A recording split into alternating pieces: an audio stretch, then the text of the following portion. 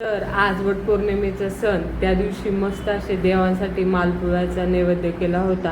आता हा मालपुवा कसा बनवला होता ना, ह्याची रेसिपी मी तुमच्यासोबत शेअर केलेली आहे आणि आजचं रुटीनसुद्धा टाकते तुम्हाला.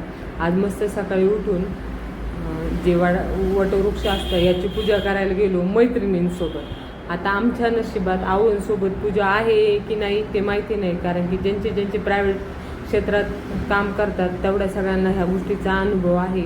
मस्त अशी वडाची पूजा करून घेतली, त्यानंतर वडाला फेरे मारून घेतले, कारण की प्रायव्हेट स्किलवाल्यांचं दुःख त्यांनाच माहिती आहे. त्यानंतर मग काय केलं, सुवासिनींची जी आहे त्या सर्वांची ओटी भरून घेतली आणि आमच्या लग्नात एक ट्रेंड राहिला होता, तो आत्ता आलाय, तो करून घेतला. मस्त असं माझे लग्नातले फोटो काढायचे राहिले होते, त्यावेळेस नव्हते, पण त्यावेळेस नाही म्हणून आज रडत बसण्यापेक्षा म्हटलं आज करून घेऊ, त्याला तरी काय लेट पण थेट.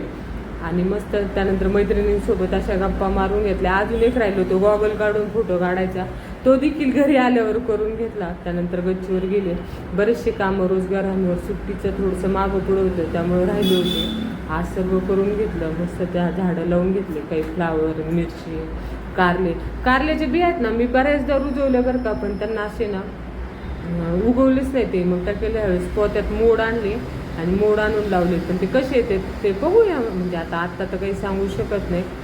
पण असे जे रोपं आहेत ते लावून घेतले. मला झाडं लावायला ना खूप आवडतं खरंच ना, म्हणजे असं थोडं का ना, प्रत्येक घराला अंगण पाहिजे ना, तिथं झाडं लावता येईल. ही काकडीचे वेल दाखवते, हा मी उन्हाळ्यात एकदा दाखवला होता. याला देखील आता आहे ना एक काकडी लागलेली, म्हणजे उन्हाळ्यात एक 7-8-10 काकड्या लागल्या पूर्ण उन्हाळ्याभर. अशा काकड्या पण खायला खूप छान आहेत. त्यानंतर एक बाळ घरी आलं होतं, आमच्या शेजारच्या त्यांचे बाळ आहे. हे बाळ खूप छान आहे, कुणाकडं पण जातं आणि धिंगाणा घालायला पाहिजे बस. त्याला असं उभा करायचा प्रयत्न चालू होता, छोटंसंच आहे पण ते राहतं उभा आणि त्याला आनंद पण येत होता. त्यानंतर ह्यांच्यावर थोडीशी चिडलेली होती. हे घरी आलेले 11:15 वाजता. सकाळी तर नव्हते जेवायला सोबत, पण संध्याकाळी सुद्धा नव्हते. ह्याच्यावरून थोडंसं आता आजच्या दिवशी जास्त चिडून पण नाही चालत, पण प्रेमाने चिडचिड चालू होती माझी वारं घालता घालता. म्हणजे थोडीशी शांतता पण राहिली पाहिजे आणि माझी चिडचिड देखील यांनी ऐकली पाहिजे. पण काय आता त्या पोटा पाण्यासाठी ह्या सर्व गोष्टी कराव्याच लागतात आणि समजून घेणं पण गरजेचं आहे.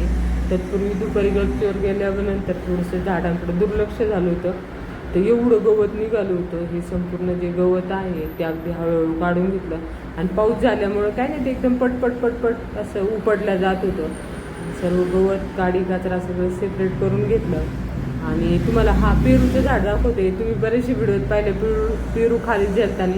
हे झाड बघा असं मस्त गच्चीवर आलेलं आहे, त्यामुळे जे पेरू अगदी हाताने तोडता येतात वरती आलं. हे पेरू खायला खूप छान आहेत आणि खूप सुंदर लागतात बरं का खायला. अगदी बिया कमी आहेत आणि चव देखील खूप छान आहेत. असं म्हणजे आमच्या घरात रोज जेवढे निघते तेवढे संपतात. जर तुम्हाला हा व्हिडिओ आवडला असेल तर लाईक करा आणि चॅनलला सबस्क्राईब करा. धन्यवाद.